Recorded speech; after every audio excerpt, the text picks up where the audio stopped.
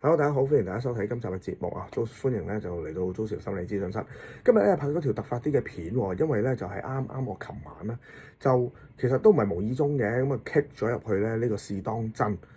嘅最後一晚嘅嗰個直播裏邊咧就睇到啦。咁啊睇到即係老闆游學修啊，同埋佢好多咧即係呢個媒體製作公司嘅員工咧，即係分享啦。咁有啲人睇落去咧覺得好感人嘅。咁有啲人咧，亦都可能會覺得好悶啦嚇。咁如果你冇興趣嘅，應該唔會花3小時咧就喺嗰度睇。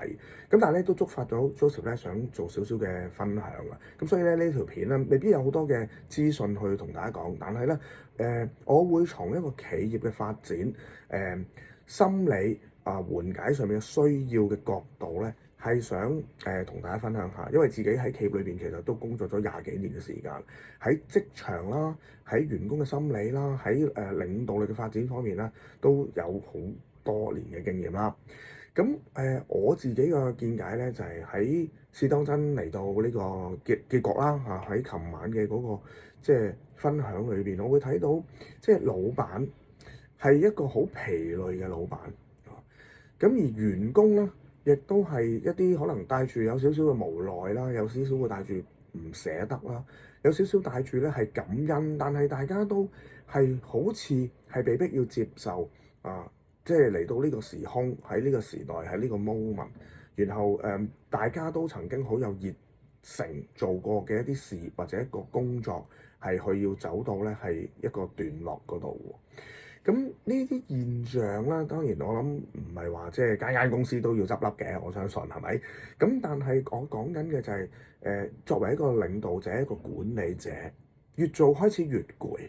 作為員工咧，又唔係話好唔中意呢個領導者，但係唔知點解返工咧，有時又會帶走一啲嘅情緒，係會令到自己可能唔係太開心。咁但係無論係老闆定係員工咧，其實內心咧又好似有團火，好想將呢間公司做好，或者好想將一個 project 做好。呢種咁嘅矛盾同埋混沌啦，我開始覺得即係喺現時即係呢個時代嘅公司或者團隊裏邊咧，開始係越嚟越普遍。我唔知大家即係同唔同意有呢個現象啊？咁當然啦，喺我角度，我馬上諗到一樣，即係對我嚟講係最重要嘅一個商機啦，就係我發覺越嚟越多公司佢係需要咧有 counselor 嘅 support。嗱，其實好多嘅企業啊，特別係大企業啦，都有一種叫 EAP 嘅 program 啊，同埋 Employee Assistance Program，就係設立啲情緒支援熱線啊，等啲員工咧唔開心有情緒問題咧打電話去。咁但係根據我自己嘅了解，其實好多企業咧呢一條熱線嘅使用率咧都係好低嘅。員工就算工作上有問題或者屋企有問題啦，都未必會打呢條 hotline 要去傾訴。事實上市面上都好多類似嘅免費支援，反而佢哋好想有一個人啦，係能夠充分了解緊公司嘅狀況啦，嗰個氛圍啦，領導者嘅想法啦，員工嘅想法，從中咧可能可以去做到一啲嘅舒緩，或者將上司即係管理者、領導者同埋員工團隊之間嘅連結咧係重建或者係優化。嗱，我自己咧就睇到呢個需求啦。我唔知即係可能做緊中小企老闆嘅你啊，或者做緊員工嘅你，係咪都覺得其實喺個團隊裏邊的而且確需要一種咁樣嘅服務咧？因為我見到好多時問題唔係出喺個員工嘅情緒問題上面，亦都唔係出喺老闆上面喎。老闆都要做老闆應該要做嘅嘢，或者要做一啲可能無奈嘅決定㗎。員工亦都盡心盡力，即係都想幫老闆做翻一啲嘢，但係佢哋又有一啲可能唔係咁舒服嘅感覺。嗱，中間咧好想通過溝通去交流，但係又唔知點解咧，好似一開口咧就講翻公事，跟住就會有一啲意見上面嘅分歧。但大家咧又好含蓄地覺得又唔係你錯，又唔係我錯。總之就唔知點解咧，呢個團隊裏邊咧開始係越嚟越發揮唔到啦。咁員工咧就越嚟越泄氣啦。老闆咧又越嚟越攰啦，一方面要跑業務，一方面咧又要管理員工嘅一啲情緒問題。其實呢啲現象咧，我都覺得其實係越嚟越多都已經好普遍。咁但係估唔到，即係一個咁出名嘅媒體啦，都喺昨天啊，俾我都感受 sense 到，原來佢哋即係都叫做比較普遍嘅一個創作嘅公司，原來咧裏邊咧都有呢啲嘅問題。咁當然啦，呢個都只不過係我主觀嘅感覺啫。裏邊啊，即係如果你睇翻琴日嗰3個鐘咧，就冇特別話提出啲咩問題嘅，大家都只不過係即係 say goodbye 啦嚇，有得個感恩啦咁。咁但係我係有呢種嘅感受嘅，咁唔知大家覺唔覺得？咁特別咧，而家好多時一啲嘅中高層管理者，甚至乎可能中小企嘅老闆啦，可能其實都唔係話特別咧係資深嘅，即係去到50-60歲啊咁嗰啲，即係而家好少啊，好多都後生，可能30零歲係一個管理者啊，40零歲可能係一個老闆。佢哋一方面好知道員工嘅需求，亦都知道咧係要關顧佢哋，呢個咧係毋庸置疑。你話佢哋係咪好商學院嗰套管理方式？我覺得唔係啊，佢哋自己其實都算後生啦嚇。咁但係一方面又要背負帶領同埋管理整間公司，另一方面咧又要關顧員工嘅感受。中間咧佢哋好可能咧係會缺乏一啲技巧或者經驗。點樣可以咧係即係關顧到別人嘅情緒得嚟，又要做好管理嘅工作咧？咁似乎坊間唔係話有太多針對呢一個矛盾嘅訓練啦嚇，或者係一啲中間做一個即係舒緩嘅服務。咁站喺員工嘅立場啦，員工立場第一唔會覺得自己係有什麼情緒問題啊，或者係我好玻璃心㗎，老細話我一句咧我就記住啊，成日攞翻出嚟睇啊咁。其實咧又未必係咁嘅喎，點解咧？因為佢哋對其他嘢又未必去到咁在乎嘅喎。可能咧其他人話佢係覺得冇乜所謂啊，嘻嘻哈哈嘅喎。但係對於可能老闆或者公司發生某一啲可能佢覺得唔公平啦，或者佢覺得係揞住嘅嘢咧，就會變成一條刺嘅。嗱，呢條刺咧要增強佢喺個工作環境嘅執念，係會影響到佢嘅工作表現，同埋咧對公司嘅歸屬感。明明都好中意份工，又講唔出話老闆有啲咩衰。但係最後咧都忍唔住可能會遞信，咁呢啲會唔會都係而家即係香港好多企業所面對嘅問題咧？如果大家聽到咁上下，你覺得喂有少少似喎，或者我公司都發生緊類似嘅現象咧，嗱可以喺留言區講多少少俾我聽，因為今日呢條片我純粹有一個分享，我冇特別去即係組織得好好，但係畢竟即係喺職場工作咗20幾年啦。係未有咁強烈嘅感受，但係我發覺近幾年咧係多咗，特別係多咗一啲中高層嘅管理者，佢本身係比較年輕。咁即係頭先提到員工有陣時會有條刺，但係我又唔會形容佢哋係玻璃心。咁你問我可能會係啲咩原因咧？咁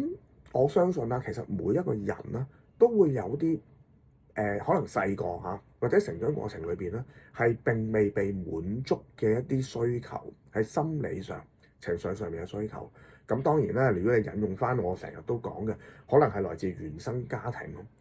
咁當佢哋出到嚟做嘢，無論20幾歲、30幾歲都好啦，佢哋都會無意識咁樣，有時喺個工作場所上面咧，係投射翻佢哋嘅需求出嚟。佢哋會希望喺個工作嘅場所裏邊咧，係攞得翻呢一啲嘅情緒價值喎。嗱，可能係即係來自原本對佢原生家庭嘅需求啦，會投射咗喺上司或者老闆身上。所以有時上司或者老闆咧，可能係誤會咗個員工啦，或者可能對佢哋有一啲唔公平嘅一句説話啫喎，都唔係講緊待遇啊嚇。對於員工嚟講啦，可能已經會有好大嘅反應。甚至乎反應唔係好大啦，即喺個心裏邊嚇，可能都冇特別講出嚟，但係都會一直咧係累積又累積，慢慢就會演變成為啦對上司或者對工作或者對間公司一種好似又愛又恨，最後變成無奈，甚至乎咧係好攰，不得不放棄嘅一種心態。咁呢啲現象咧就會加劇咗公司嘅 turnover 啦。咁亦都好多有 passion，想做嘢或者真係做得嘢嘅員工喺無奈嘅情況底下會離開，而個上司咧個管理者咧亦都唔係話好想佢離開嘅喎，亦都想留佢，但係自己又覺得自己都唔知可以做啲乜嘢，或者佢已經曾經盡力過去溝通同埋了解呢位員工，但係去到最後佢自己都有少少泄氣啊嘛，佢都唔知有咩方法可以即係再繼續同佢合作啦，又唯有咧係俾佢走。咁呢啲唔關福利，唔關工作環境，唔關份工即係辛唔辛苦事，但係最後又要即係分開啊，或者係即係要離開公司嘅。咁呢啲其實咧都係幾無奈，同埋可能都係現代企業啊，中小企其實大企業一樣都會啊。不過大企業我哋就唔係從整間公司嘅層面去睇啊，我哋從個別部門或者係個別嘅團隊裏邊去睇啦，都會見到啲即係類似嘅現象。咁所以即係我會覺得即係我當然都要買下廣告。即係一個企業裏邊係咪都需要一個 counselor 間唔中係嚟刺探下、探討下你哋呢間公司呢個團隊裏邊嘅工作氛圍每個人上司同下屬之間嗰個連結、嗰個情緒上面嘅交流，到底出現啲乜嘢嘅現象或者問題咧？員工好想喺呢個領導者身上攞到啲乜嘢嘅情緒價值咧？嗱，其實如果呢啲地方能夠係打造得更加好，或者喺當中可能扮演咗一個潤滑劑嘅角色咧，其實對於企業嘅成本嚟講都慳唔少。第一，你個 turnover 降低，可能你請人同埋再次培訓人嘅時間成本或者金錢成本咧，當然自然都降低啊。二嚟一個做得嘢有能力嘅人，其實留喺公司裏邊咧係好重要，亦都係一個好大嘅價值。又唔係講緊錢，又唔係講緊份工辛苦喎。你知見到好多人咧，其實特別係年輕人啦，係好捱得苦㗎。佢哋唔怕蝕底嘅，只要佢哋有嗰個 passion 喺度，或者覺得同上司一齊都有個 passion 去克服一啲嘅 challenge 啦，其實都好願意係去付出嘅。但係頭先我所描述嗰種混沌啊，嗰種情緒連結嘅斷裂啦，嗰種攰到想修補又修補唔到嗰種嘅無奈咧，往往咧就導致到咧係分手嘅結果。